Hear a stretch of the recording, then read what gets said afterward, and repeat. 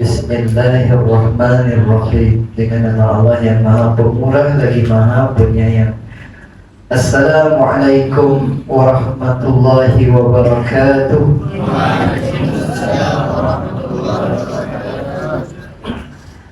Alhamdulillahi alamin. Segala puji bagi Allah, Tuhan sekalian alam. Wabihi nasta'in. Dan dengannya kita semua mohon pertolongan ala umuri dunia waddin, dalam urusan dunia dan urusan agama. Wassalatu wassalam ala rasulil amin. Salawat dan salam ke atas Rasul yang jujur, Rasul yang amanah, Rasul yang bergelar Al-Amin. Tak lain dan tak bukan, Rasul yang dimaksudkan ialah Sayyiduna, penghulu kita, Habibuna, kekasih kita, Syafi'una, yang memberi syafaat kepada kita, Nabi Muhammad sallallahu alaihi wasallam wa ala alihi wa sahbihi ajma'in.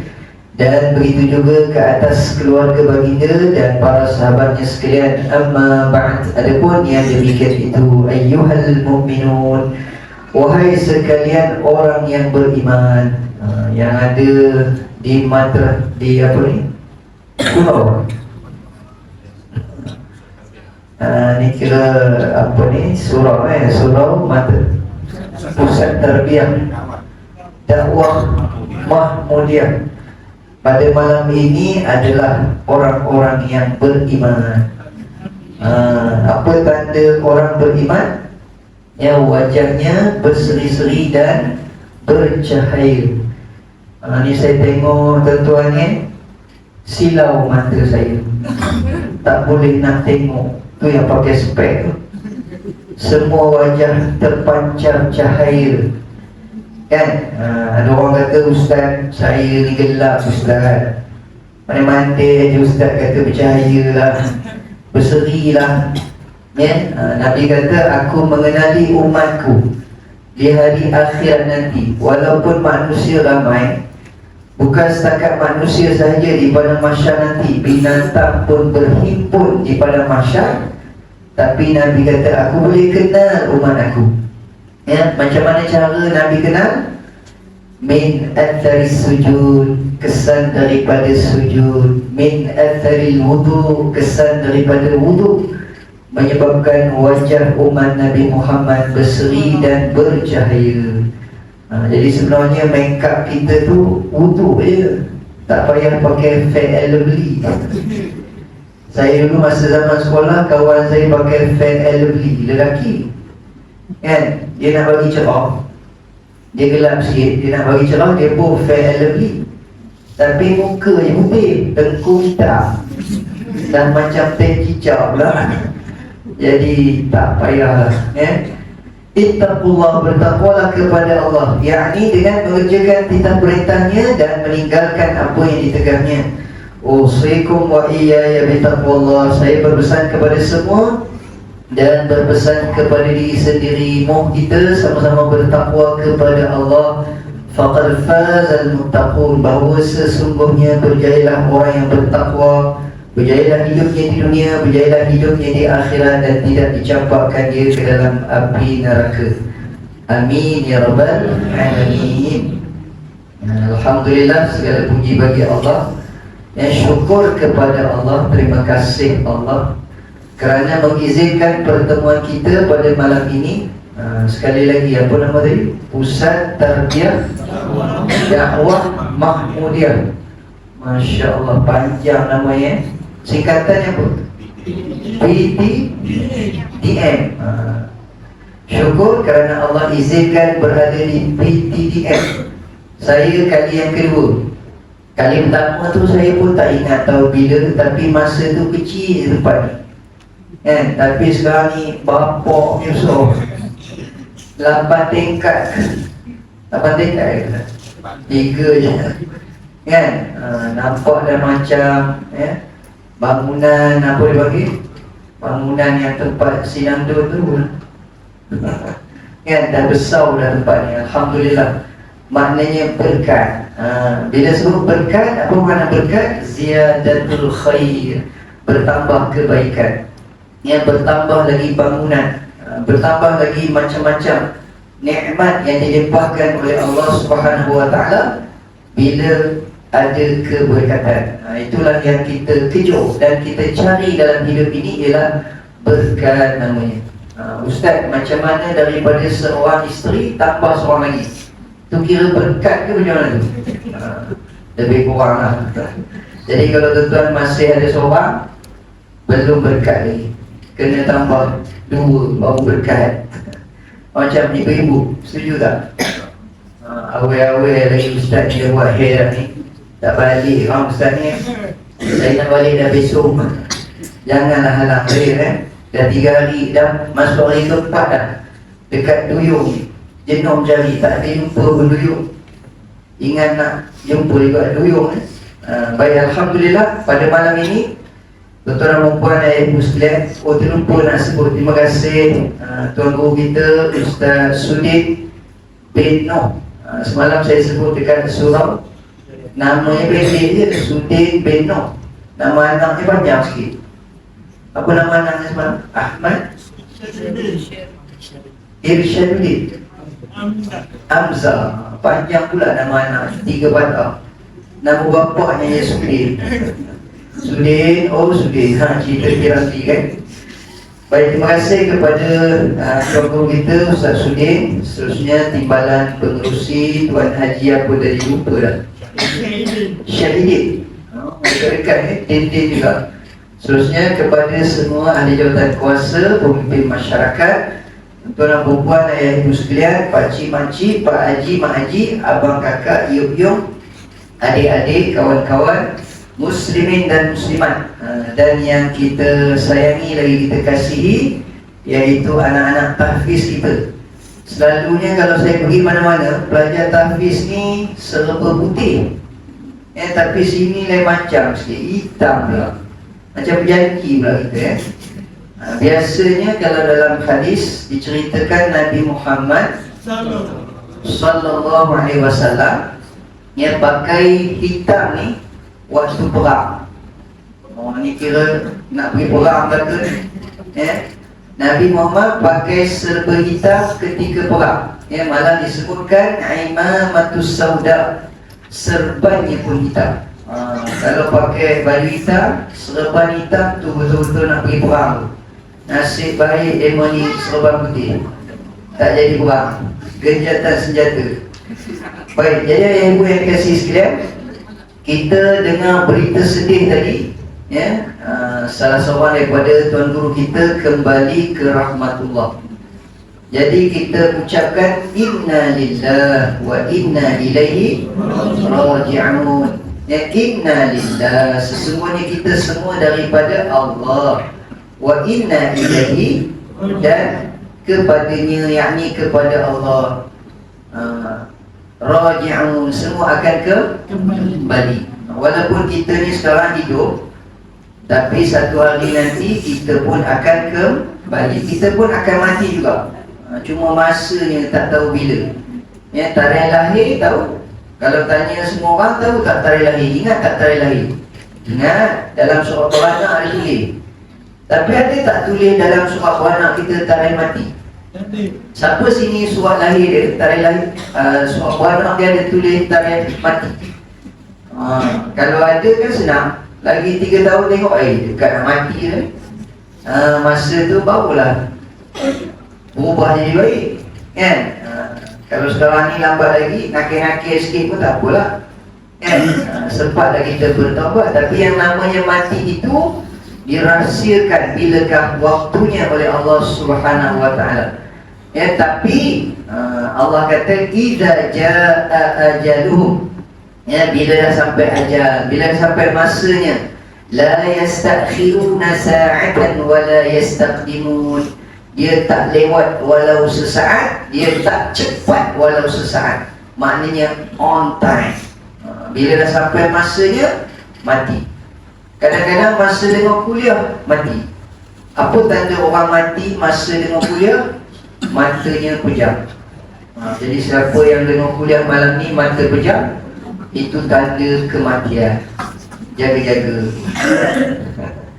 Tambah-tambah yang bersandur lagi cepat mati biasanya. Sandur dekat dinding, dia mudah pejam, itu tanda belum mati lagi. Jadi tuan-tuan, ayah ibu yang dikasihi sekalian, bila sebut cerita tentang mati ni, boleh nyawuk tak? Boleh lari tak? Aynama takunu yudrikumul maut walau kuntum fi burujin musyayadah. Di mana sahaja kamu menyawuk, sekalipun berada di sebalik tembok yang kukuh lagi tinggi, kematian pasti mendapatkan kamu. Mati tetap mati. Ada dengar tak satu lagu? Orang kaya mati, orang miskin mati, raja-raja mati, rakyat biasa mati. Pernah dengar tak lagu? Lagi sekali gitu ulang. Orang kaya mati, orang miskin mati, raja-raja mati, rakyat biasa mati. Sedap tak saya nyanyi?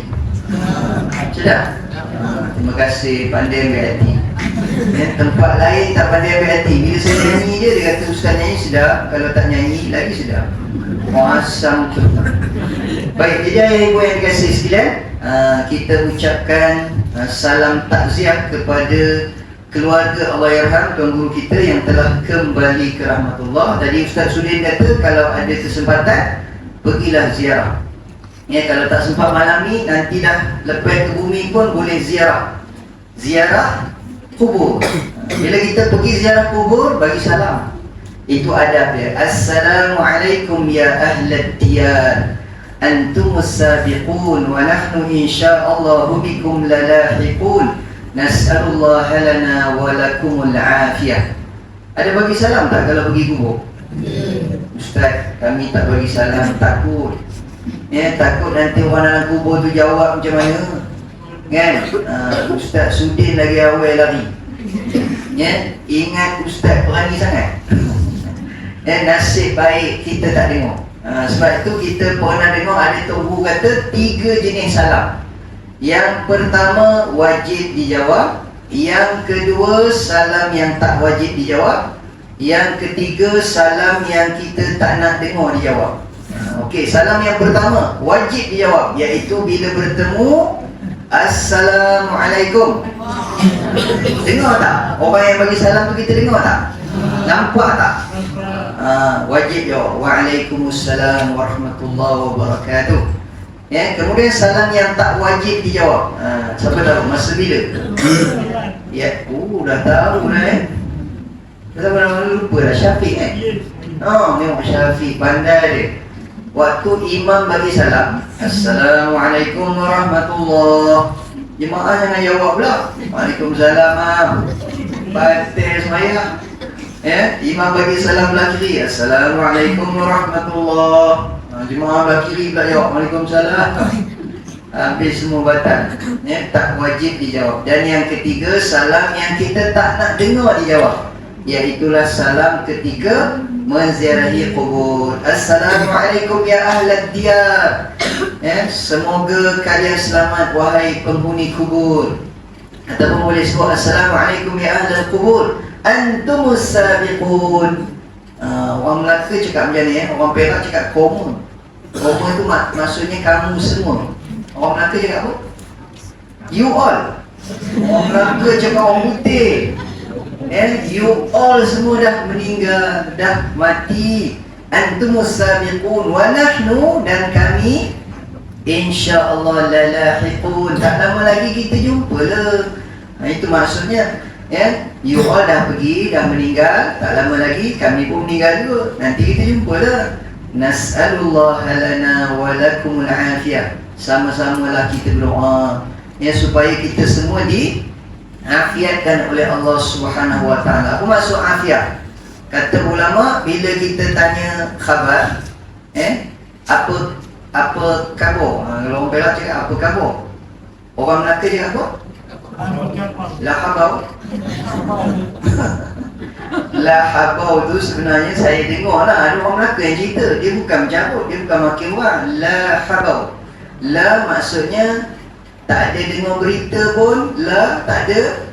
Bahasa Arab la khabar, khabar tak ada dengar khabar berita pun, Tu yang jumpa-jumpa lahabau. Tu belum lahanat lagi. Baru lahabau. Ya, tak ada dengar khabar berita pun. Tu dia tanya, apa khabar sebenarnya lahabau tu? Kita ingat orang Melaka mencabut maki orang, tapi sebenarnya cakap Arab tu. Lahabau. Apa saya nak cakap tadi, saya lupa dah. Semoga kamu sehat dan afiat. Sehat wal afiat. Apa maksud sehat? Sehat maknanya luar, luaran, sehat. Afiat, dalaman. Sebab itu kita kena sehat luar dan dalam.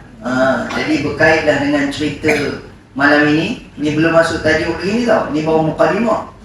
Macam mana nak sehat luaran dan dalaman? Tak lain dan tak bukan ialah dengan jalan solat. Barulah luar dan dalam kita sehat. Jadi habis dah mukadimah, baru nak start ceramah. Semua sedia dah? InsyaAllah ceramah Isra' Mi'raj kita pada malam ni lebih kurang 2 jam. 8.30, 9.30, 10.30. Boleh? 10.30? Kalau dah tahu jawapan dah, jangan buat lagi. Saya baru nak sebut, boleh belah. Sampai pukul 9 insyaAllah. Boleh, maksimum kita sampai pukul 9. Kalau terlajak sikit boleh tak? Sikit. Macam semalam dekat surau tu, saya kata pukul 9 berhenti, lalas 9.30. Terlajak. Bukan sikit, banyak. Jadi malam ni kalau terlajak sikit boleh? InsyaAllah. Cuma nak pastikan, ada makan tak lepas ceramah? Ada makan ke tak ada? Tanya Timbalan Kursi, ada makan tak? Ada? Ada ke tak ada? Nampaknya Timbalan Kursi pun tak confident. Ada makan ke tak? Saya nak tanya itu bukan apa, nak pastikan. Kalau ada makan, saya nak beritahu acara kemuncaknya makan. Ceramah ni selingan aja. Jadi kalau makan tu pula, nak tanya dah hidang ke belum? Sebab Nabi kata kalau makanan terhidang, solat pun ditangguhkan.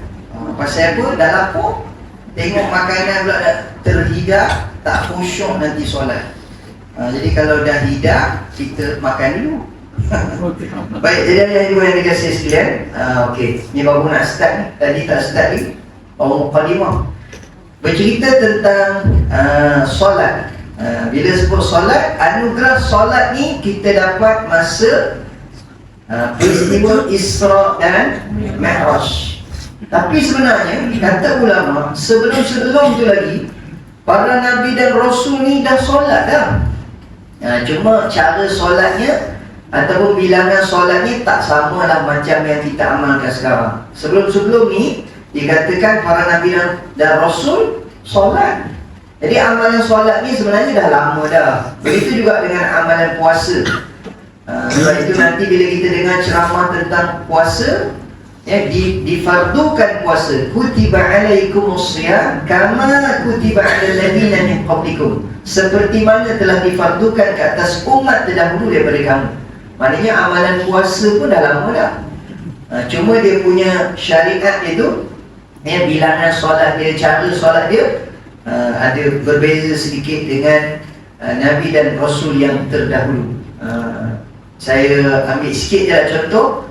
Umat Nabi Musa AS solat pada setiap hari Sabtu. Umat Nabi Musa AS, Bani Israel, ataupun dikenali dengan hari Sabat dia panggil. Hari Sabat ialah hari mulia bagi orang Yahudi. Hari Ahad, hari mulia bagi orang Kristian ataupun Nasrani. Hari mulia bagi kita orang Islam ialah hari Jumu'ah. Sebenarnya kalau ikut sebutan dia lah Yaumul Jumu'ah. Kita orang Melayu sebut Jemaat, hari Jumaat. Orang Melaka sebut macam Jemaat. Bunyi macam orang putih sikit. Yaumul Jumu'ah. Apa maksud Jumu'ah? Jumu'ah artinya hari berkumpul. Kalau ikutkan Yaumul Ahad, hari pertama dalam Islam. Sebenarnya hari pertama, maksudnya hari pertama bekerja. Yaumul Ahad, hari Ahad. Tapi ada negeri dalam Malaysia ni yang cuti hari Jumaat dengan Sabtu. Hari Ahad start kerja. Itu kalau ikutkan macam itulah kaedahnya dalam Islam. Jumaat dengan Sabtu ataupun Jumaat dan cuti. Tapi Yaumul Ahad hari pertama, Yaumul Itsnain hari kedua, Yaumul Thulatha hari ketiga, Yaumul Arbi'a hari keempat, Yaumul Khamis hari kelima. Tapi bila sampai hari ke-6, dia tak sebut hari ke-6. Dia sebut Yaumul Jumu'ah, hari berkumpul. Jadi kita sekarang ni hari apa ni? Hari ni hari apa? Hari ni hari Jumaat. Bila masa pula hari ni hari Jumaat, Ustaz? Ustaz ni pening, mampu ketum apa? Kan berpindah hari dalam Islam berlaku pada waktu Maghrib. Sebelum Maghrib tadi Khamis, tapi bila dah masuk Maghrib dah Jumaat dah. Kita sekarang ni berada pada hari Jumaat. Pernah tengok tak ada rancangan TV dekat Astro Oasis, tajuk dia TMJ? Siapa tahu rancangan tu? Malam. Syafiq ni semua dia tahu punya. Tazkirah malam Jumaat, TMJ. Ada tengok tak? Tak tengok. Tak ada Astro. Alamak. Maknanya pencetus rumah dulu pun tak tengok lah.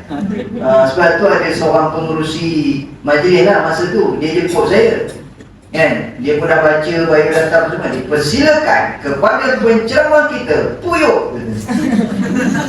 Saya pun tengok Haji tu atas bawah apa dia sebut Puyuk. Dia kata Haji saya tak ada lah ni dalam khetang ni tulis penceramah Puyuk. Saya pun kata Haji bukan Puyuk, P-U-Yuk. Dia kena sebut P-U-Yuk. Macam tu cara dia. Apa benda ni? P-U-P-U ni apa benda? P-U-Yuk ni apa benda? Itu nama lah tu. Gelar saya dalam program pencetus rumah. Haji tak tengok ke? Ya Allah, saya tak tengok. Macam apa tu? Sampai macam tu sekali Pak Haji. Saya pun tanya, Pak Haji tengok rancangan apa? Saya tengok Kilauan Mek. Saya tak main PPU ni kata. Rupanya dia tengok rancangan nyanyi. Baik, jadi tuan dirahmati Allah sekalian, dalam rancangan TMJ Tazkirah Malam Jumaat, dia punya pengacara dia akan tanya kepada audiens, malam Jumaat buat apa?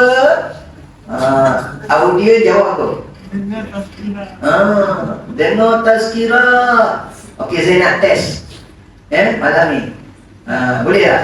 Boleh Sporting kita tanya, malam Jumaat buat apa? Tak semua jawab Malam jawab malam. Daya Ustaz. Lagi sekali tolong masuk dalam televisyen ni. Ni live ni online sampai Israel tengok. Bagilah Israel tengok. Dia pun takut sikit. Okey, lagi sekali, malam Jumaat buat apa? Apalah Israel tengok terkentut dia. Kalau boleh buat lagi, malam Jumaat buat apa? Lagi sekali, malam Jumaat buat apa?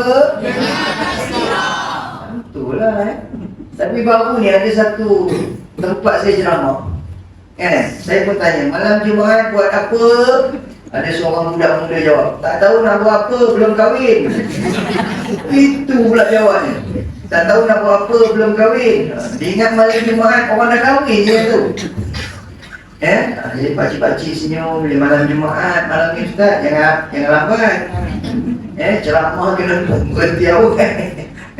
Orang pakcik pun suka lah tengok malam Jumaat. Baik, macam mana cerita kita tadi cerita malam Jumaat pula. Kat mana? Apa ingat saya cerita apa tadi? Solat. Hari Sabtu kaum Nabi Musa AS solat. Saya tak ingat berapa kali dia solat, tapi hari Sabtu je kalau ikutkan, maknanya seminggu sekali dia solat. Itu pun ramai yang ponteng. Seminggu sekali solat, ponteng. Kenapa Allah uji kepada umat Nabi Musa AS, walaupun solat hanya seminggu sekali, tapi hari itu banyak ikan. Sebab apa? Sebab umat Nabi Musa yang duduk di pesisiran pantai. Mereka ni kebanyakannya duduk di pesisiran pantai, maknanya nelayan Bani Israel ni. Kan? Mereka duduk di pesisir pantai, kebanyakannya bekerja sebagai nelayan. Hari itu ikan banyak. Padahal hari itu mereka kena solat. Jadi saya bayangkan gambarnya masjidnya tepi laut lah kot, ataupun tepi sungai tu dia punya masjid dia ataupun surau dia. Dekat Melaka ni ada tak masjid terapung? Masjid tepi laut ada tak? Ada kan? Dekat mana? Selat. Masjid Selat. Yang dekat masjid tanah. Dia bukan? Oh, masjid Selat masjid terapung. Tepi laut. Masya Allah. Sama macam dekat Perak. Nak ngaburkan, saya duduk di Perak. Nama tempat tu Bagan Datuk. Pernah dengar tak? Pernah dengar tak nama tempat Bagan Datuk dekat Perak? Saya dengar orang di Perak tu yang duduk di Bagan Datuk tu kahwin dengan orang Melaka. Saya dengar macam tu. Pernah dengar tak? Orang di Bagan Datuk tu kahwin dengan orang Melaka. Orang masjid tanah katanya. Rasanya tuan-tuan boleh tahu lah kot siapa orang. Tadi dah ada yang sebut lah TPM. Saya orang Bagan Datuk tapi bukan orang TPM. Sebut siap-siap takut Ustaz Sudin marah lah. Untuk orang PEN kita ngaku lah orang PEN. Baik dia tuan dirahmati Allah Subhanahu Wa Taala. Kat mana cerita tadi? Lupa pula dah. Tepi laut masjidnya. Nanti kalau orang Melaka nak datang ke Bagan Datuk, nak datang ke Perak, dah jemuran jalan dalam Melaka ni, habis semua tempat dah pergi, datanglah ke Perak. Bagan Datuk saya jadi tour guide. Tapi mahal sikit punya bayar kan. PU cukup tour guide-nya. Jadi saya bawa lah ke masjid terapung. Besar masjidnya, besar now. Orang Perak kata besar berbenur. Orang KL kata besar gila. Orang Kedah kata besar nak mampui. Orang Kelantan kata besar daah. Kan? Orang Johor kata besar dia kalau orang Johor. Saya cakap ada ujung dia. Jadi besar masjid dia. Kan? Ibaratnya gitulah kaum Nabi Musa AS, masjid-masjid surau-surau dia tepi pantai. Sambil-sambil solat nampak ikan melompat-lompat. Bukan kata ikan, sotong melompat, kentang melompat. Jadi solat pun dah tak khusyuk. Pendek ceritanya, ramai yang konten solat pergi menangkap ikan, pergi memancing, pergi memukat, pergi menjala. Jadi dah tak ramai orang yang solat. Pendek kali ceritanya, apa jadi kepada kaum Nabi Musa AS, apa jadi kepada Bani Israel yang engkar perintah Allah supaya solat ni, apa jadi? Maka jadilah mereka qiradatan khasi'in. Apa maksud qiradatan? Kalau bahasa Arab, qiradatan apa maknanya? Jadi monyet. Ada ulama kata sama ada mereka bertukar fizikalnya jadi monyet, memang betul-betul jadi monyet, ataupun perangai mereka bertukar jadi monyet. Jadi siapa yang tergedi-gedi, terkinja-kinja time solat, orang solat dia tak solat, dia pergi ponteng solat, adik-beradik monyet. Jadi sebab itu kita jangan sekali-kali tinggalkan solat, maka itulah yang terjadi. Baik, pendekkan lagi ceritanya. Masa kita tinggal 20 minit. Sebab saya biasa ceramah Isra Mi'raj 7 siri. Jadi ini siri pertama, saya kena datang lagi 6 siri. Boleh? Minggu depan datang lagi. Boleh? Boleh? Belah. Ustaz Sudin kata aku dah nak pergi umrah ni, nak pergi Mesir lagi. Ustaz Iyub pula nak datang sini. Baik, aku panggil Ustaz Abdullah Khairi. Saya baru ni forum dengan Ustaz Abdullah Khairi. Berapa kali kena cekah. Jadi standby lah tuan-tuan. Ustaz Abdullah Khairi ni tengah-tengah dia ceramah, dia cakap, "Woi!" Tengah-tengah dia ceramah, dia cekah orang. Ada seorang makcik dia yang cerita pengalaman dia. Aku ceramah-ceramah, aku cekah. Makcik tu duduk tepi tiang. Makcik tu terkejut, Ustaz, babi Ustaz tadi. Kena aku babi gitu. Kan? Aku cekah, makcik tu terkejut. Makcik tu kata, Ustaz babi. Buat lagi. Sebab kadang-kadang kita ni tuan-tuannya daripada zaman jahiliah dulu, zaman muda-muda dulu dah terbiasa mencarut. Kan? Bila melata pun sebutlah perkataan-perkataan yang tak elok. Tapi kalau kita dah terbiasa sebut zikir Allahumma salli ala Muhammad, ustaz ni Allahumma salli ala Muhammad, dia dah terbiasa salawat, dia akan salawat. Dia terbiasa dengan takbir, dia bertakbir, kan? Terkejut, ya Allah Akbar, kan? Ini bila terkejut je, oh mak kau hijau, oh mak kau hijau, kan?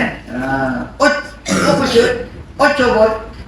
Macamlah perkataan-perkataan, ada orang yang sebut anu orang, anu dia sebut, dua-dua anu sekali. Jadi dia tengok kepada kebiasaan orang tu. Kalau dia terbiasa sebut perkataan yang baik, insya-Allah.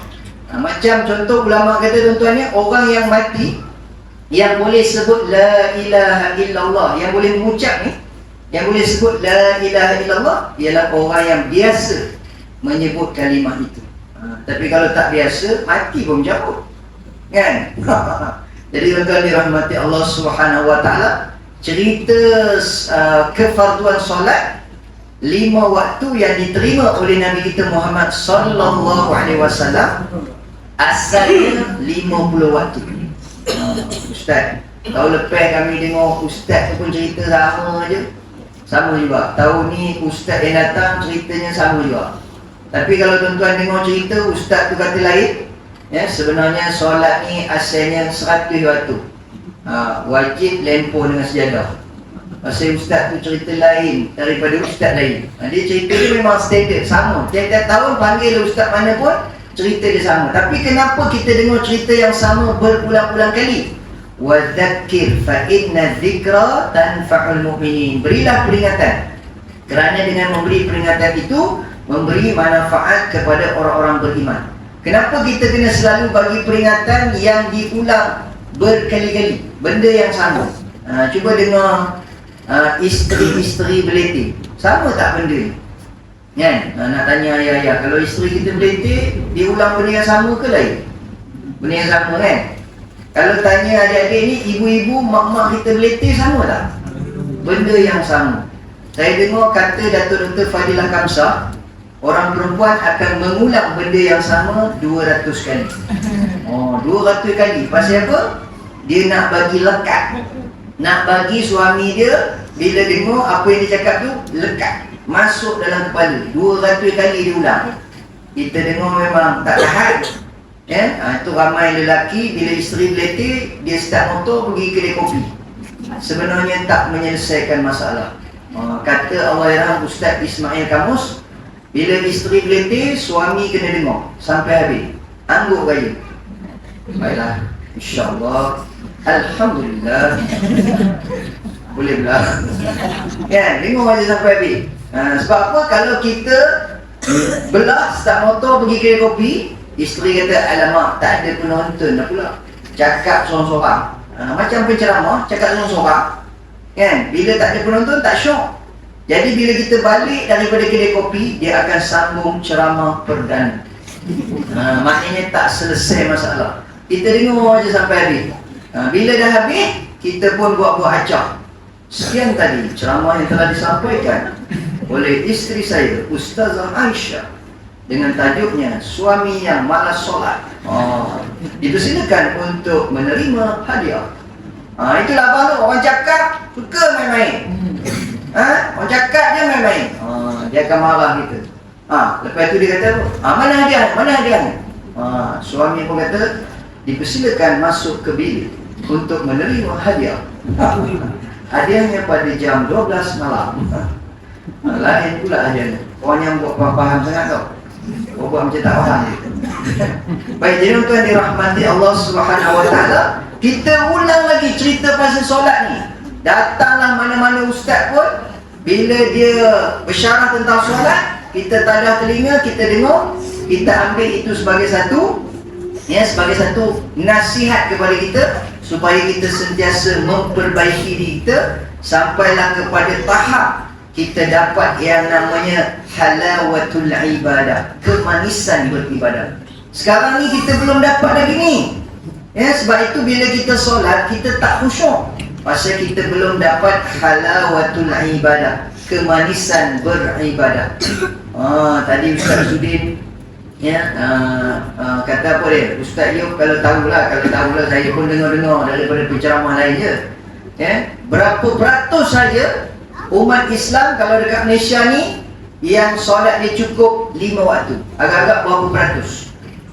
Ya, dikatakan, saya tanya, saya jawablah sendiri ya. Dikatakan hanya 20% saja. Dan saya pernah baca 27%, 25%. Tapi sekitar 20% saja umat Islam di Malaysia ni yang solat dia cukup 5 waktu. Maknanya baki lagi 70% solatnya tak cukup 5 waktu. Makna tak cukup tu apa dia? Boleh jadi dia hanya solat 2 waktu saja. Saya pun bila dengar survey tu ataupun kajian tu, saya kata betul ke? Saya ceramah di sekolah-sekolah, saya pun tanya, adik-adik, sini siapa solat cukup 5 waktu? Angkat tangan. Daripada 100 orang, lebih kurang dalam 20 orang angkat tangan. Oh betul lah, lebih kurang dalam 20 orang yang solat cukup 5 waktu. Ni, yang lain-lain ni, ya, awak semua ni tak solat ke? Oh, kita pun mula naik angin konon-konon lah. Ni tak solat ke yang lain-lain ni? Solat. Habis tu, saya tanya tadi, tak cukup. Solat tapi tak cukup. Bukanlah tak solat langsung. Ada juga yang tak solat langsung kejap lagi. Yang ini solat tapi tak cukup. Kamu solat. Oh, kuat pula jadi. Kamu solat berapa waktu? Berapa kali? Dua. Apa dua? Dua rakaat. Dua tu. Apa dua tu? Waktu apa? Maghrib, isyak, maghrib, isyak. Subuh, zuhur, asar. Tak sempat. Maghrib, isyak. Kenapa kamu solat maghrib ni isyak je? Mana lagi 3 waktu? Terpaksa. Apa terpaksa? Bapa saya pergi surau. Dia ajak pergi sekali. Maknanya 2 waktu tu pun terpaksa. Bukannya betul-betul ikhlas apa, yang 2 waktu tu pun terpaksa. Pasal bapak dia pergi surau, ajak pergi sekali. Terpaksa dia pergi. Ni yang lain-lain ni. Ustaz, kira okey lah Ustaz, saya 2 waktu. Okey kan? Apa okey pula? Waktu 5. Kira okey Ustaz, kawan saya lagi teruk. Seminggu sekali Ustaz. Siapa kawan kamu yang solat sebenarnya? Dia Ustaz, aku tunjuk aku pula. Betul ke kamu solat seminggu sekali? Solat Jumaat Ustaz. Okey Ustaz, seminggu sekali. Kawan saya lagi teruk, setahun 2 kali. Setahun 2 kali kata apa? Okey Ustaz, saya sembahyang raya. Solat Idul Fitri dengan Idul Adha ada juga setahun 2 kali. Kawan saya lagi teruk Ustaz, dah meninggal dah. Kenapa pula? Dia dah mati baru solat. Macam mana orang dah mati pula baru solat? Dia disolatkan, bukan dia yang solat. Solat jenazah. Dah mati baru orang solatkan dia. Dah mati baru dia jejak ke masjid, baru dia sampai ke surau. Sebelum itu masih hidup. Kalau tanyalah dia ni kaki hiking, kan? Tanyalah bukit mana. Dia kata semua bukit dalam Melaka, Perak, dalam Malaysia ni semua saya dah panjat dah Ustaz. Gunung Kinabalu yang paling tinggi dekat Sabah tu saya dah panjat 3 kali. Everest baru sekali katanya. Oh, Everest dah panjat dah. Masjid dah pergi dah. Masjid tu berapa ketinggian dia Ustaz? Saya tak main yang rendah-rendah, saya main tinggi-tinggi. Masjid tu ketinggiannya 2 anak tangga je. Oh, rendah sangat tu. Saya pergi yang tinggi-tinggi tu, kepala otak berjambul. Bukit, gunung yang tinggi-tinggi semua dah panjat, tapi masjid tak sampai lagi. Itu petanda orang yang malam. Sebenarnya kita ni walaupun solat, kira dah selesai dah kewajipan kita, tapi tuntutan pula selepas dah solat itu, solat berjemaah pula di masjid ataupun di surau. Terutama bagi siapa? Laki ke perempuan? Orang lelaki ni sebenarnya tuntutan dia solat berjemaah di masjid ataupun di surau. Ustaz, saya ni belum balik lagi. Kamu dah umur berapa? Dah 40 dah. Tapi belum mimpi kahwin. Kan, saya belum mimpi kahwin dengan anak terbungsu lagi. Saya belum balik lagi. Kepala bana. Dah umur 40. Tak cukup umur lagi. Dia kata tak solat lagi sebab tak mimpi kahwin lagi. Tak cukup umur lagi. Orang lelaki umur 15 tahun. Tingkatan 3 automatically cukup umur. Dikira start daripada umur 15 sampailah dewasa. Dah kira cukup umur dah tu. Dah wajib menanggung. Dia panggil apa dia? Apa istilah dia? Beban. Ataupun dia panggil apa istilahnya, saya pun dah terlupa dah. Dia kena tanggung dosa dia sendirilah. Dia kena wajib solat, terutama sekali bagi lelaki, solat berjemaah di masjid. Ustaz, untunglah orang lelaki, perempuan macam mana? Perempuan kami ni kan kena solat di rumah. Orang lelaki tu untung dapat pahala banyak. Berjemaah di masjid ni pahala dia banyak. Sehingga kan Nabi kata belum sampai masjid lagi, baru on the way. Barang siapa yang berwuduk daripada rumahnya menuju ia ke masjid, setiap langkahnya satu pahala, digugurkan satu dosa, diangkat satu darjat. Banyak tak pahala? Itu belum sampai masjid lagi, belum sampai surau lagi. Berwuduk daripada rumah, berjalan. Ni kalau cerita berjalan lah. Kalau naik helikopter, dikira ikut pusingan kipas tu gamak. Siapa naik kereta, naik motor, ikut dia punya golek tayar tu lah. Satu langkah, satu pahala, gugur satu dosa, diangkat satu darjat. Yang paling untung orang yang rumah jauh. Siapa sini rumah dia jauh, malam ni dia datang sini, kalau ikutkan berkilo-kilometer lah dia nak sampai sini, dia pahala dia banyak. Pasal apa? Rumah dia jauh. Siapa rumah dekat, rugi sikit, pasal langkah dia sikit. Siapa rumah dekat, jangan terus datang, pergi pusing dulu. Pusing, pergi apa ni, Melaka Mall ke, apa ke, Bandaraya Bersejarah, Kota Air Formosa, pergi Alur Gajah dulu baru datang sini. Pahala dia banyak sikit. Kan? Itu namanya gila babi.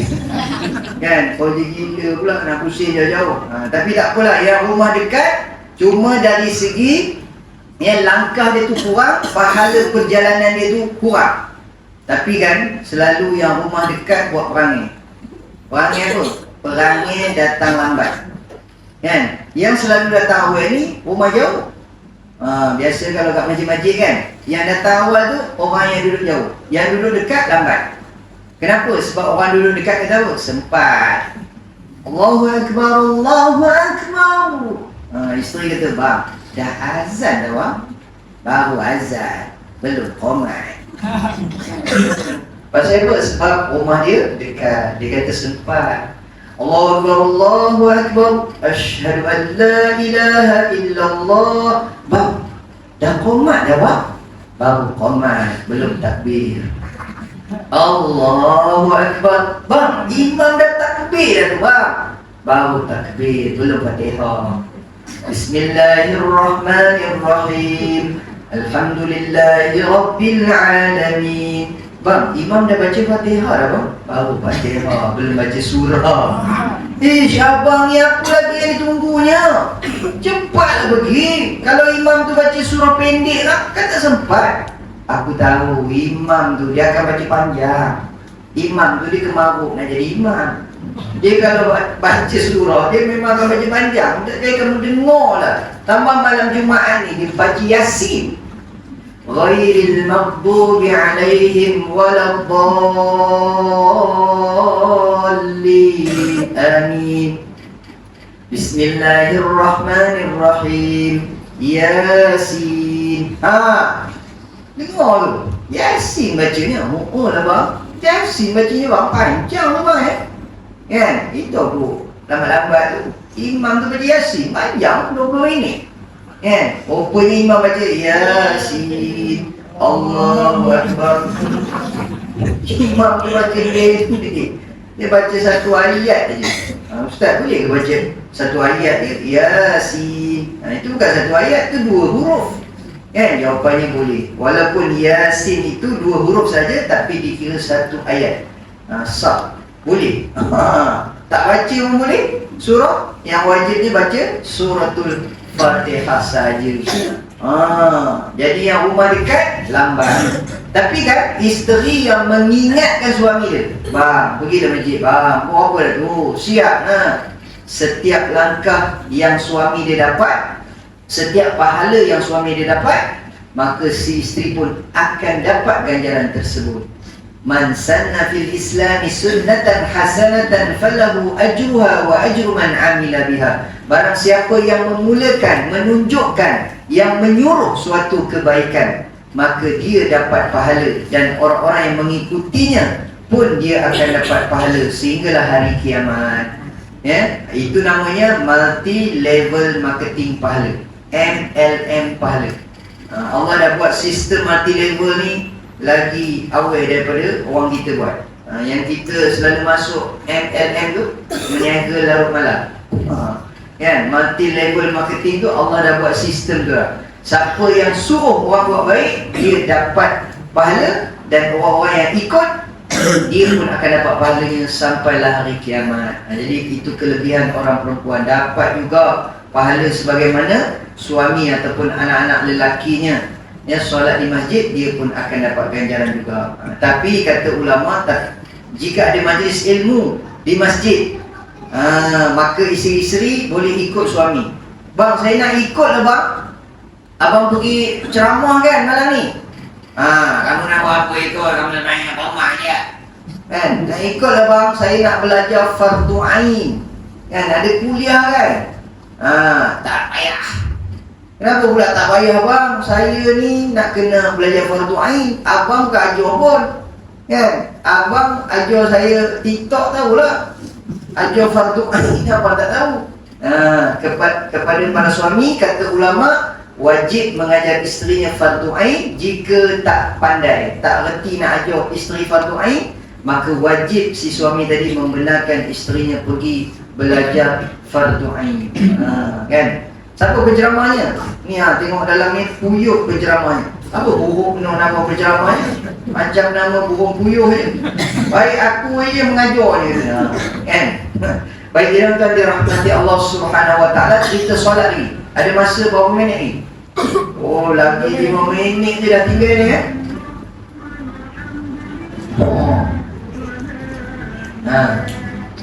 Okey, jadi sambung lagi cerita solat. Nabi terima solat asalnya 50 waktu.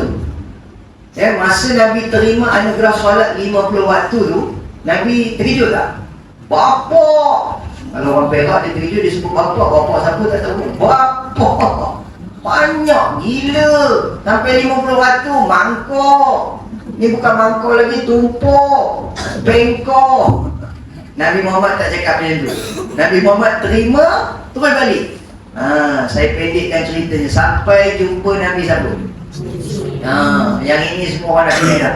Jasa Nabi Musa ni dengan kita kira besar lah. Dalam banyak-banyak Nabi, Nabi Musa ni antara Nabi yang besar jasa dia. Apa dia? Sampai kepada Nabi Musa AS, Nabi Musa bertanya kepada Nabi Muhammad, apakah yang Tuhan dapat? Yang bertemu dengan Allah. Nabi kata dapat anugerah solat 50 waktu. Apa kata Nabi Musa? Fa inna ummataka la tutiqu dzalik. Umat kamu tidak mampu melaksanakannya.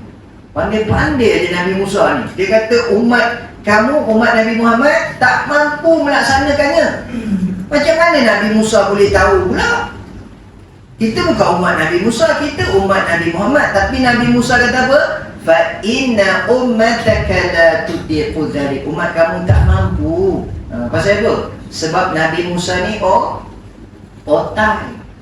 Nabi Musa ni otai berdasarkan pengalaman dia.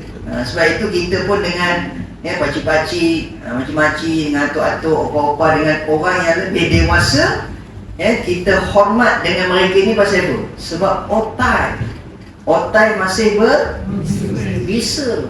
Hari tu saya ceramah dekat KL.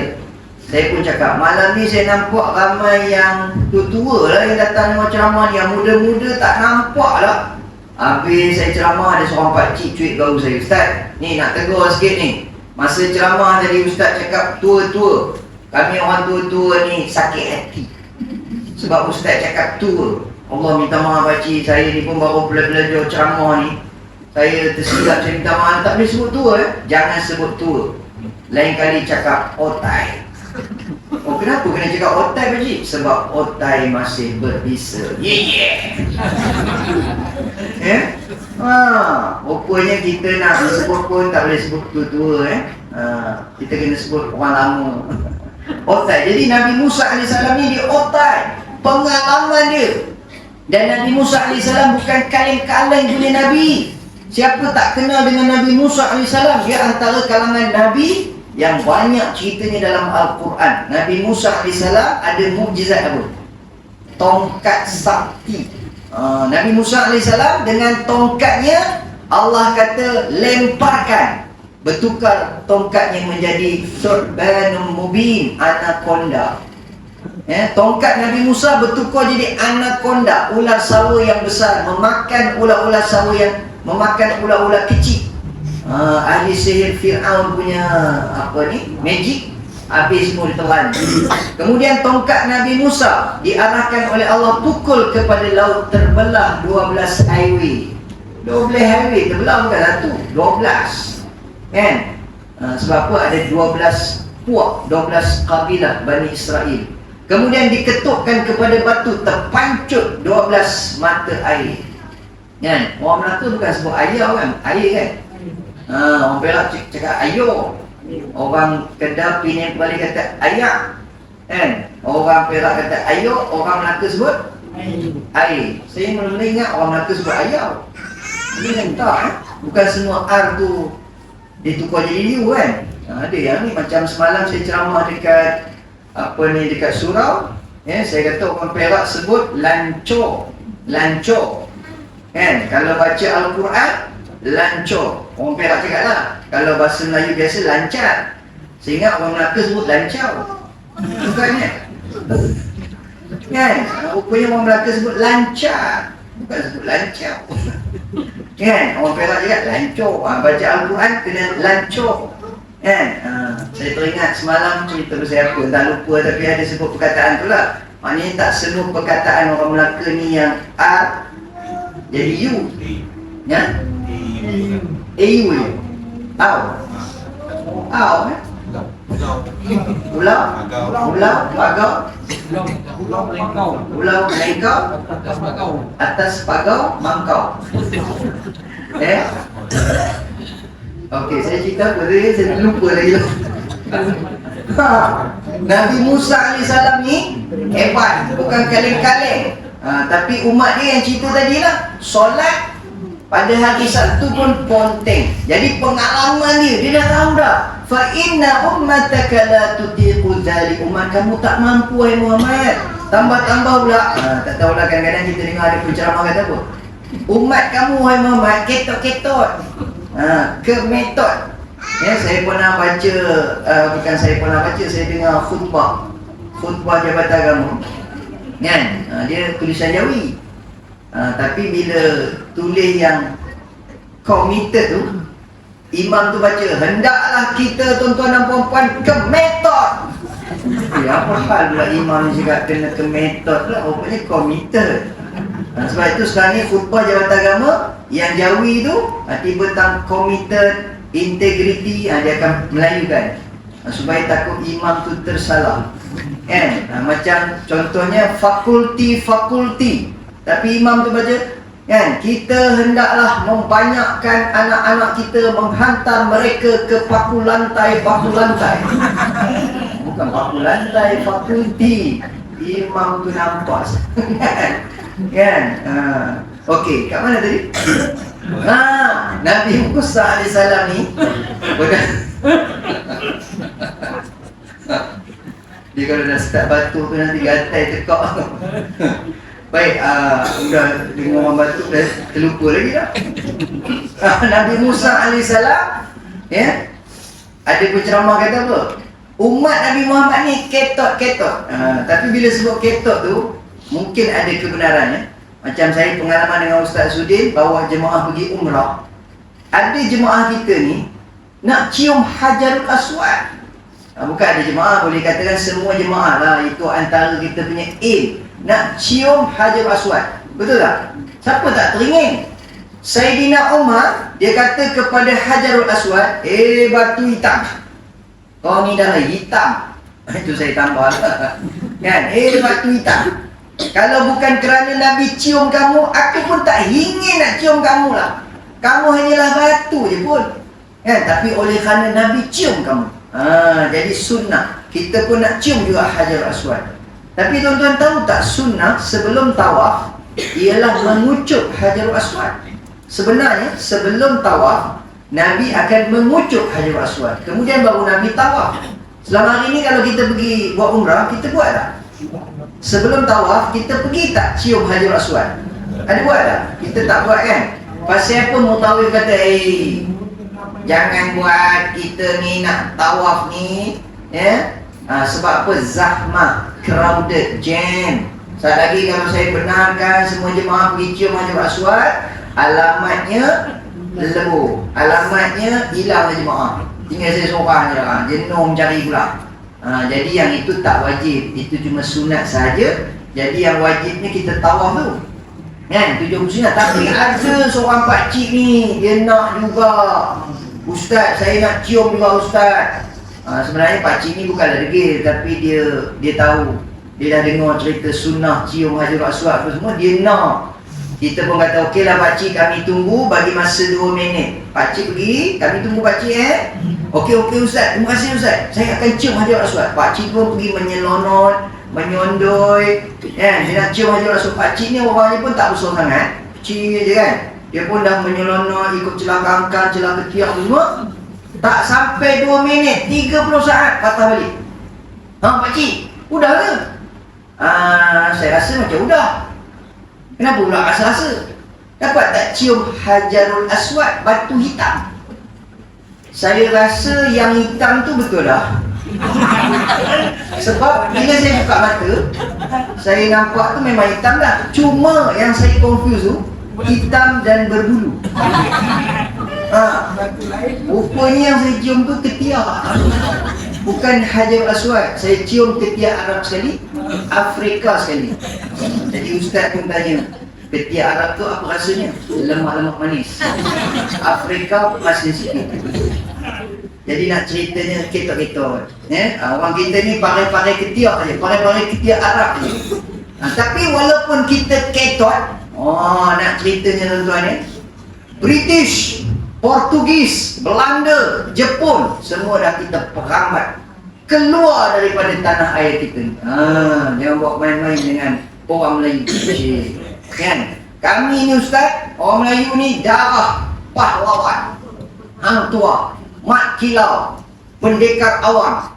Yang baru sekali dalam wayang pendekar awam. Itu macam-macam lagi nama-nama pendekar kan. Kami orang Melayu ni ada ilmu.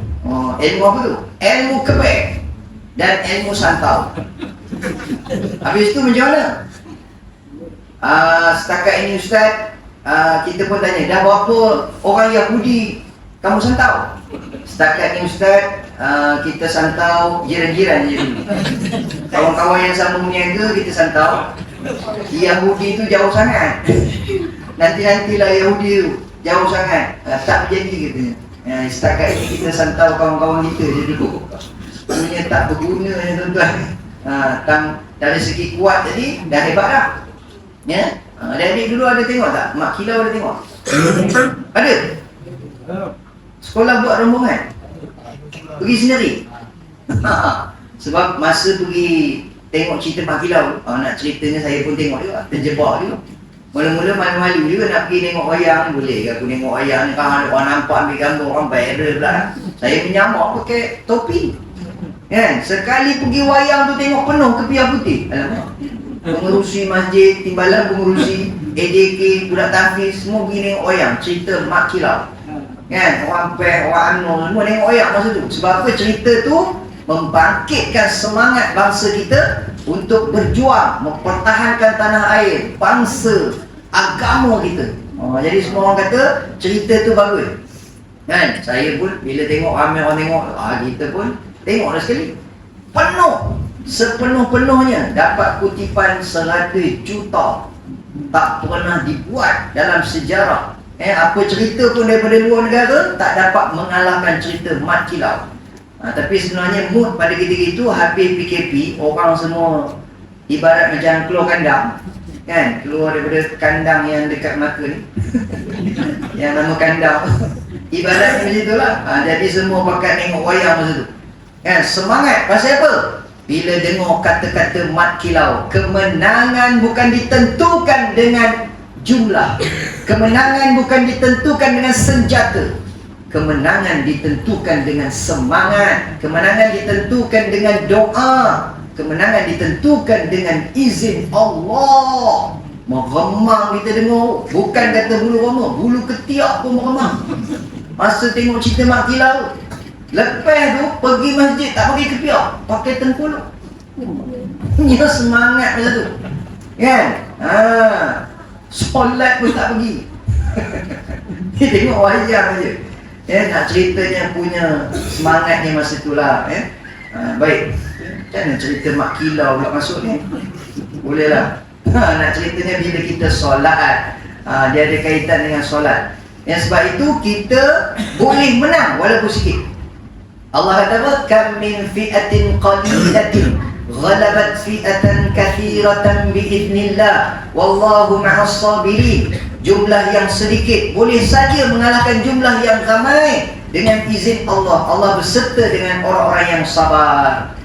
Macam kita hari ni lah, tunggu Imam Mahdi, kan? Mana Imam Mahdi tak keluar ni, kita teruk sekarang ni, kan? Bila Imam Mahdi keluar, kata Nabi nanti aman, kita pun menang apa semua, kita pun tunggu Imam Mahdi. Cari dalam kampung Duyung ni, dekat Duyung ni ada tak orang yang bertugas jadi imam namanya Mahdi, kan? Kita pun ingat nak pergi lah jumpa dia, Imam Mahdi. Dia jadi imam, lepas tu nama dia Mahdi, tu ke Imam Mahdi. Imam Mahdi ialah pemimpin yang mendapat petunjuk. Namanya seperti namaku, kata Nabi Muhammad. Nama ayahnya seperti nama ayahku, Muhammad bin Abdullah. Dia daripada keturunanku, daripada jalur Fatimah. Alamak, saya baru berangan nak jadi Imam Mahdi, Ustaz, kan? Tak dapat, pasal orang Melayu bukan Arab, kan? Tapi tak apalah, jadi pengikut kepada Imam Mahdi. Yang berjuang bersama-sama dengan Imam Mahdi pun okey. Cuma masalahnya apa dia? Kita tunggu Imam Mahdi, imam dekat surau kita, imam dekat masjid kita tunggu kita. Mana jemaah? Tak datang-datang. Macam mana kita nak dapat jumpa dengan Imam Mahdi kalau kita solat berjemaah pun tak, solat pun tak, macam mana kita nak berjuang bersama dengan Imam Mahdi? Baiklah, 9-10 minit, sikit lagi boleh? Masa tambahan, sebab saya tengok tanda-tanda kena berhenti tu dah kelihatan. Penceramah kena sedar diri bila ada 3 tanda. Yang pertama, bila jemaah tengok muka ustaz, itu tandanya boleh lagi teruskan. Bila jemaah tengok muka ustaz, tengok muka jam. Muka ustaz, muka jam. Jadi penceramah kena standby, kan? Bila penceramah tengok jemaah tengok muka ustaz, tengok muka jam, tengok muka pintu. Ustaz, muka jam, muka pintu. Penceramah kena berhenti segera sebelum penceramah diberi amaran keras. Baru ni saya dapat amaran keras, kan? Masa pukul 9 jemaah tu buat macam ni. Ada pula jemaah buat macam ni, Ustaz, cukup masa dah, time's up. Saya pun tengok jam, pukul 9 ni, patutlah dia bagi isyarat macam tu, kan? Sekali 9 subuh saya tak berhenti lagi, dia buat isyarat lain. Saya nampak saya terus berhenti, tak boleh jadi ni. Tahu dia buat isyarat apa? Mula-mula dia buat isyarat macam ni, lepas tu dia buat macam ni. Pancung. Alamak, saya kata kena semelih pula aku ni. Nasib baik di sini takkan buat macam tu, kan? Tak ada yang buat, kan? Kalau buat aku lajak juga. Baik, jangan tuan dirahmati Allah Subhanahu Wa Taala. Asalnya 50 waktu. Nabi Musa AS bagi tahu kepada Nabi Muhammad, umat kamu tak mampu. Maka Nabi Muhammad turun naik 9 kali. Ada satu analogi lah tuan-tuan ni, tapi Allah tak buat macam tu pada Nabi Muhammad. Contohlah kita nak beli jam, kan? Apa? Berapa harga?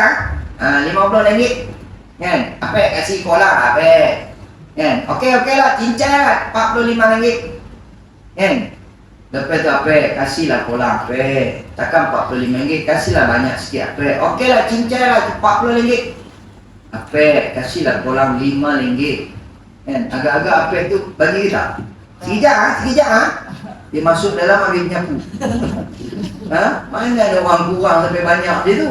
Tapi nak ceritanya Allah Subhanahu Wa Taala Maha Pengasih, Maha Penyayang. Kata Allah kepada Nabi Muhammad, walaupun sekarang ni dah tinggal 5 pahala seperti mana asal. Yang kita solat 5 waktu sekarang ni, ayah ibu sekalian, tuan-tuan sekalian, 5 waktu sama macam asal. Maknanya pahala solat maghrib tadi sama seperti 10 kali maghrib. Kita solat isyak sebentar lagi sama seperti 10 kali isyak. Kita solat subuh sama seperti 10 kali subuh. Begitulah seterusnya.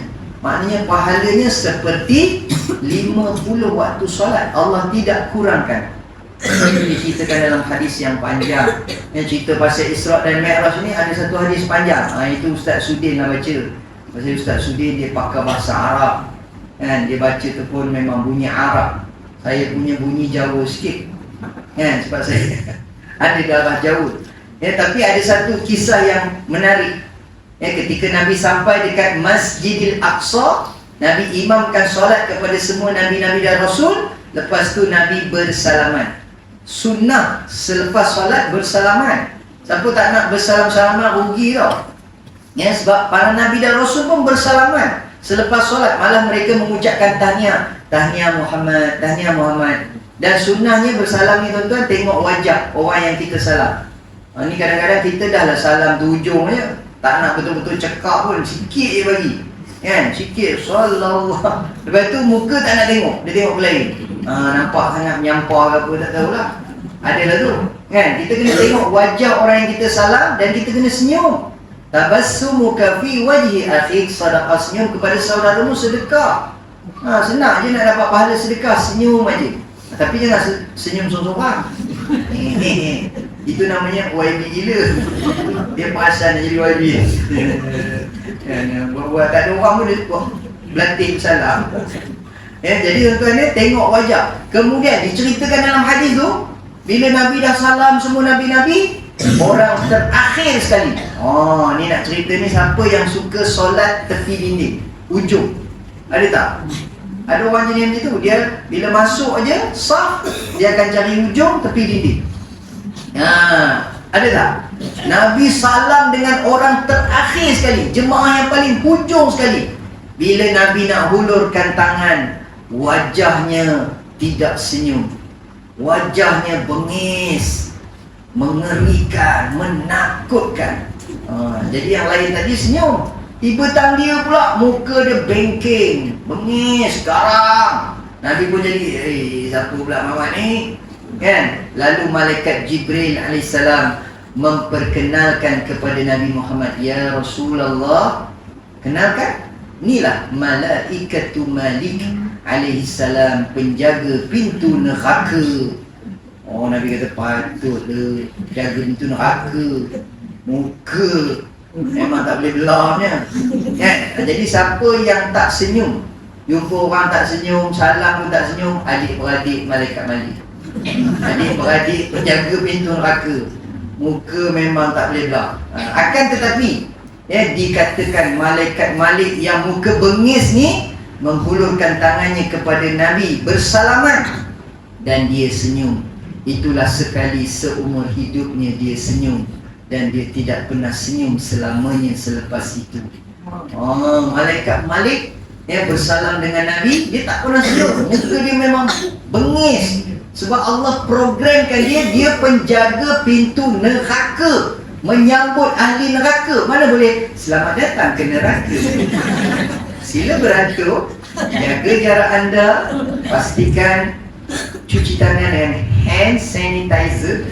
Dia Encik, nama apa Encik Saya Polan, okey. Ambil kunci bilik nombor 50, tingkat 7, neraka Jahanam. Silakan masuk. Malaikat Malik, kata Nabi, melihat wajahnya sudah azab. Melihat wajah malaikat Malik sudah azab. Belum masuk neraka lagi. tengok wajah malaikat yang menjaga pintu neraka pun sudah azab. Kemudian diceritakan pula dalam surah apa tu kan? Saya pun tak ingat dah surah apa tu. Kan?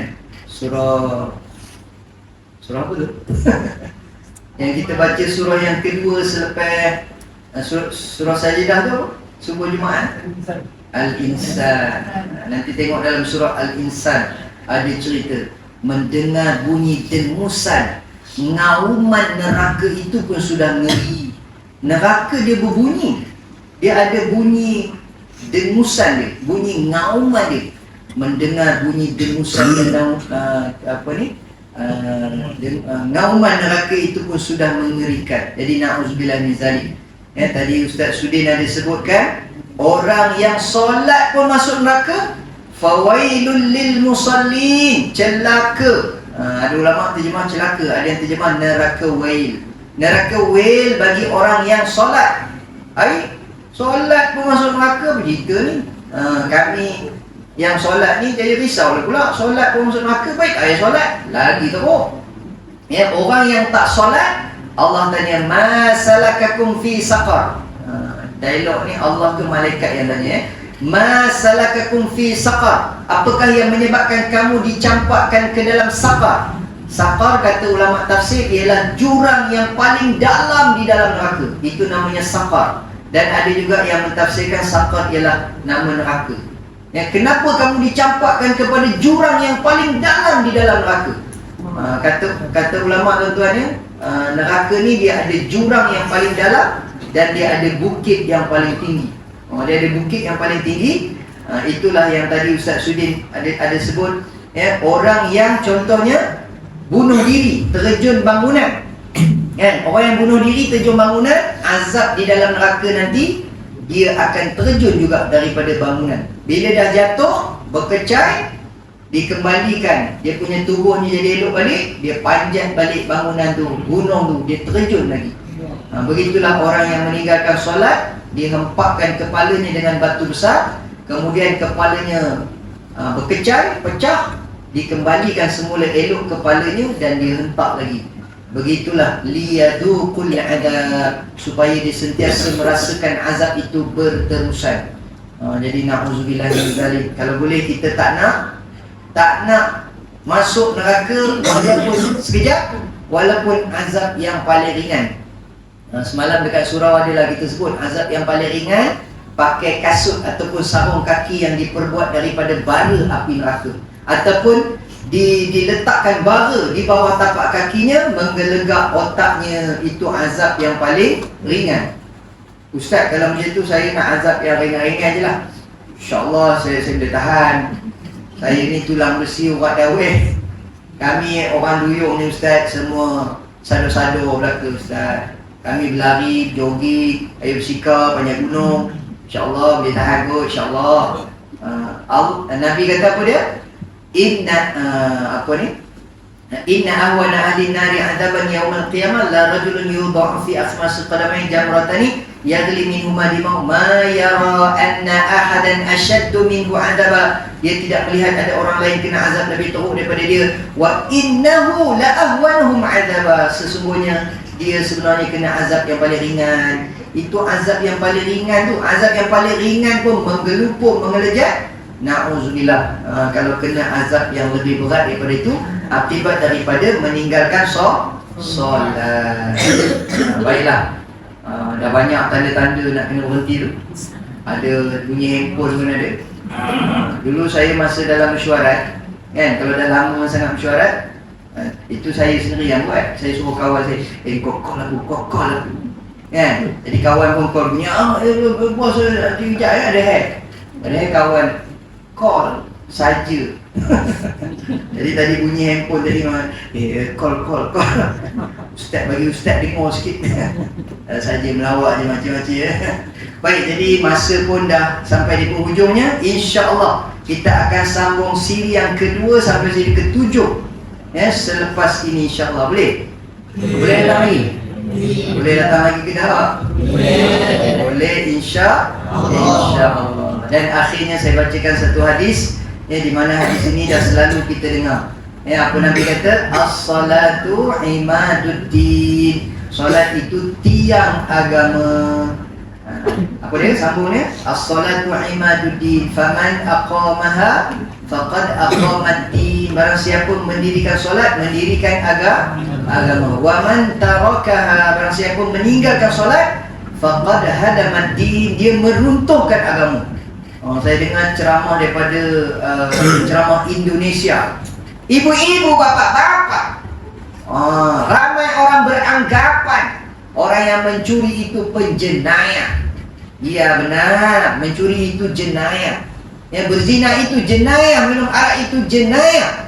Akan tetapi ramai di kalangan kita yang menganggap meninggalkan solat itu biasa-biasa saja. Itu bukan jenayah. Sedangkan orang yang meninggalkan solat, orang yang meruntuhkan agama, itulah penjenayah yang besar. Rupanya meninggalkan solat lagi dahsyat daripada mencuri, sebab dia meruntuhkan agama.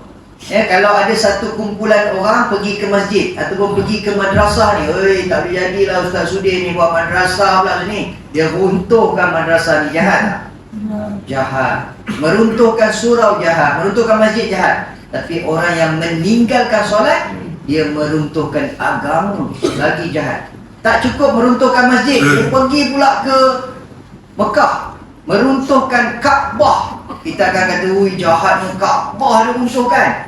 Belum cukup jahat lagi, ada lagi jahat, iaitu orang yang meninggalkan solat, dia meruntuhkan agama, lagi jahat daripada itu lagi. Jahatlah orang yang meruntuhkan Kaabah masjid itu, jahat dah. Tapi orang yang meninggalkan solat sebenarnya melakukan jenayah. Sebab itu seorang pemimpin, kalau dia pemimpin Islam, antara yang dia pentingkan kepada rakyat dia ialah tentang solat. Sebab apa? Inna solata tanha anil fahsya'i wal munkar. Sesungguhnya solat itu mencegah daripada perkara keji dan mungkar. Ni boleh pula kadang-kadang kita dengar ada pemimpin, kita kata boleh, tak apalah kita buka pusat itu, pusat ini, kan? Orang beriman, kan? Orang Islam jangan pergilah. Ada pula daripada YB mana ke, ahli parlimen mana ke, dia bukan Islam, dia pula boleh tegur. Dia kata orang beriman, orang Melayu, orang Islam, jangan pergilah, kan? Kita buat itu pusat judi ke, pusat arak ke, kan, disco ke, apa ke, jangan pergilah. Kan hari itu YB Parit ke apa, ada tegur pertandingan Ratu Cantik, kan? Pertandingan Ratu Cantik nak buat dekat Malaysia, kan? Pertandingan Pondan pun ada juga. Lepas tu nak buat konsert ni, nama pun rasa nak penyepak je namanya. Apa dia namanya? Coldplay, kan? Coldplay, nama pun play, kan? Lepas itu pula dia simbol dia adalah satu kumpulan yang membawa lambang LGBT, kan? Tapi ada penceramah kata apa? Kita semua kena jadi LGBT. Terkejut pula, apa hal pula semua jadi LGBT. Tapi bukan lesbian, bukan gay, bukan bisexual, bukan transgender. LGBT maknanya lelaki gagah bangun tahajud. Kita semua kena LGBT. Terkejut pula, apa yang ustaz ni suruh jadi LGBT pula? Kena jadi lelaki yang gagah, iaitu lelaki gagah yang bangun tahajud. Lepas tu ada satu lagi, LGBT. Kita kena jadi LGBT, lelaki gagah, bini takut. Itu baru lelaki gagah, bini takut. Ustaz, saya bukannya takut bini, bukan bini tak takutkan saya, tapi bini saya menakutkan. Kan? Itu maknanya lelaki lemah, bukan lelaki gagah. Baiklah, macam nak sambung lagi je, tak berhenti pula. Sekadar itu saja, minta ampun, minta maaf. Terima kasih banyak kepada pihak madrasah ni kerana sudi jemput saya. Terima kasih Ustaz Sudin. Kita doakan semoga madrasah ini akan terus maju jaya, berkembang, kemudian akan kita kata mendapat keberkatan lah, kan? Keberkatan bertambah lagi, bertambah besar lagi. Lepas ini bertambah ramai lagi apa ni, pelajar-pelajarnya, bertambah lagi, macam-macam bertambah lah, kan? Jangan doakan bertambah yang lain pula. Ya, itu pun boleh juga. Tapi Ustaz Sudin akan mengajikan umrah dan pergi Mesir. Saya rasa cemburu. Kita semua rasa cemburu lah. Sebab beliau pergi ke tempat yang baik. Jadi kita, kerana kita cemburu, kita minta supaya beliau doakan kita dekat sini. Kan? Saya dulu masa PKP jual oren Mesir. Jual oren Mesir. Macam nak sambung pula lagi.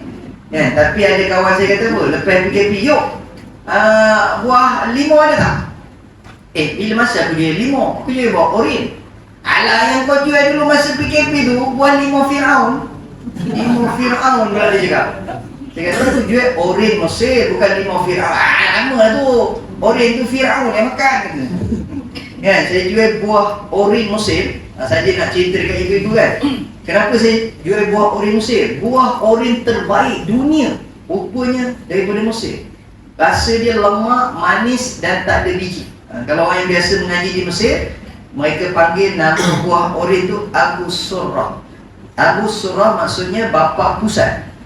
Kan? Patutlah saya tengok pakcik-pakcik, makcik-makcik kalau beli buah oren saya jual, dia akan belik.